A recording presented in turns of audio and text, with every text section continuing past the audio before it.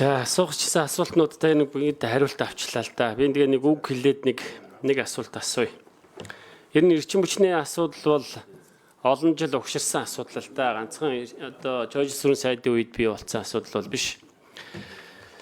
Тэгээд би бас нэг зүйлийг хэлье бас залуу гүшүүд мэдэхгүй гэж магадгүй. Зүгээр ерөнхий сайд Жорж Сүрэн гүшүүн би эрчим хүчний сайд өргөжлүүлж хиймээргүй байна.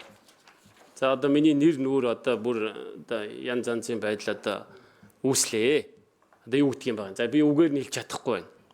За тэгээд ерөнхий сайдын зүгээс Жорж Сүрэн сайдыг энэ одоо бэрхшээлүүдийг даван туулах та ажлаа үргэлжлүүлчих шаардлагатай гэдгийг хэлж ийсэн юм аа.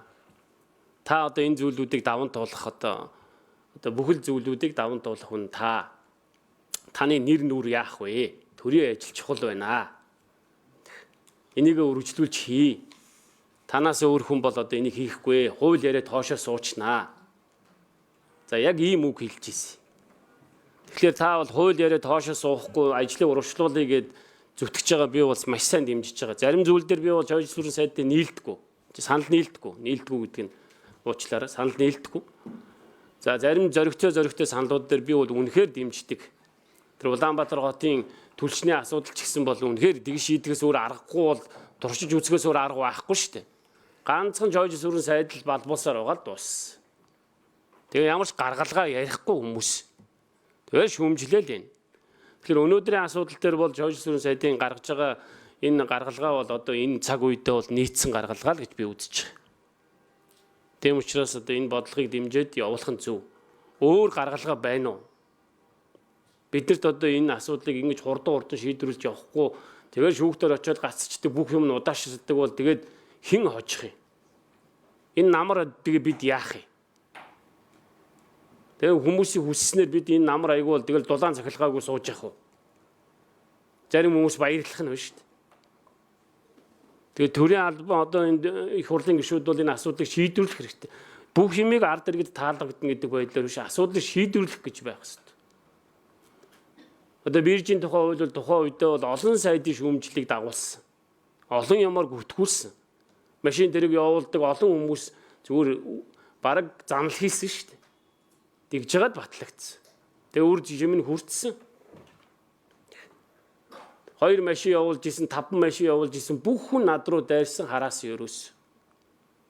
Тэгэхээр би бол одоо эрчим хүчний салбарт бол Жорж Сүрэн сайдын хийж байгаа шинжилгээг 100% дэмжиж байна. Би нэг одоо Жорж Сүрэн сайдыг нэг жижигхэн юмны төлөө, жижигхэн амбицийн төлөө нэг жижигхэн одоо юу гэх юм бэ нэг тэрийг ингэж нэг тийм. За 1 минут Ганбаатар шүү. За хараад чихэн байхгүй байна л да итгэж байгаа. Тийм учраас энэ улс орны өмнө толгомдож байгаа асуудлыг хурдан шийдвэрлэх хэрэгтэй. Энэ нөгөө ТЭЦ 2 дээр илүү ТЭЦ 3 дээр үүссэн байгаа асуудал энэ одоо зундаа шийдэгдчих юм байгаа үстэй. Энийг бол та хариулаад ах шиг байлаа би зүгээр баталгаажуулж ахиж асууж байгаа юм. ТЭЦ 3 нь илүү ТЭЦ 2 нь илүү би бол санахгүй байна. Энэ асуудал шийдэгдэх 100% шийдэгдээд намар хэвийн байдалд орчих юм байгаа үстэй гэдэг дээр асуулт асууя. За тэгээ хуулийг дэмжиж байгаа гэдэг илэрхийлээ баярлалаа.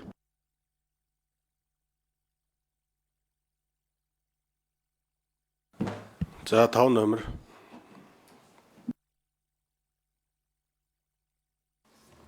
За Ганбаа гишүүнд ойлгож дамжгаад талархал илэрхийлье. ТЭЦ 3 дээр үүссэн нөхцөл байдал харамсалтай нөхцөл байдал үүссэн. Эрдэнэт хүний амь өрсөдсөн. Олон арван тэрбум төгрөгийн хохирол учруулсан.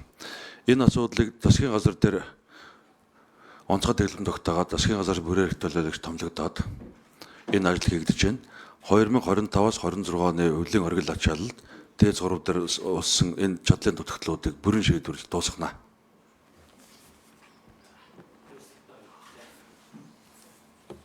За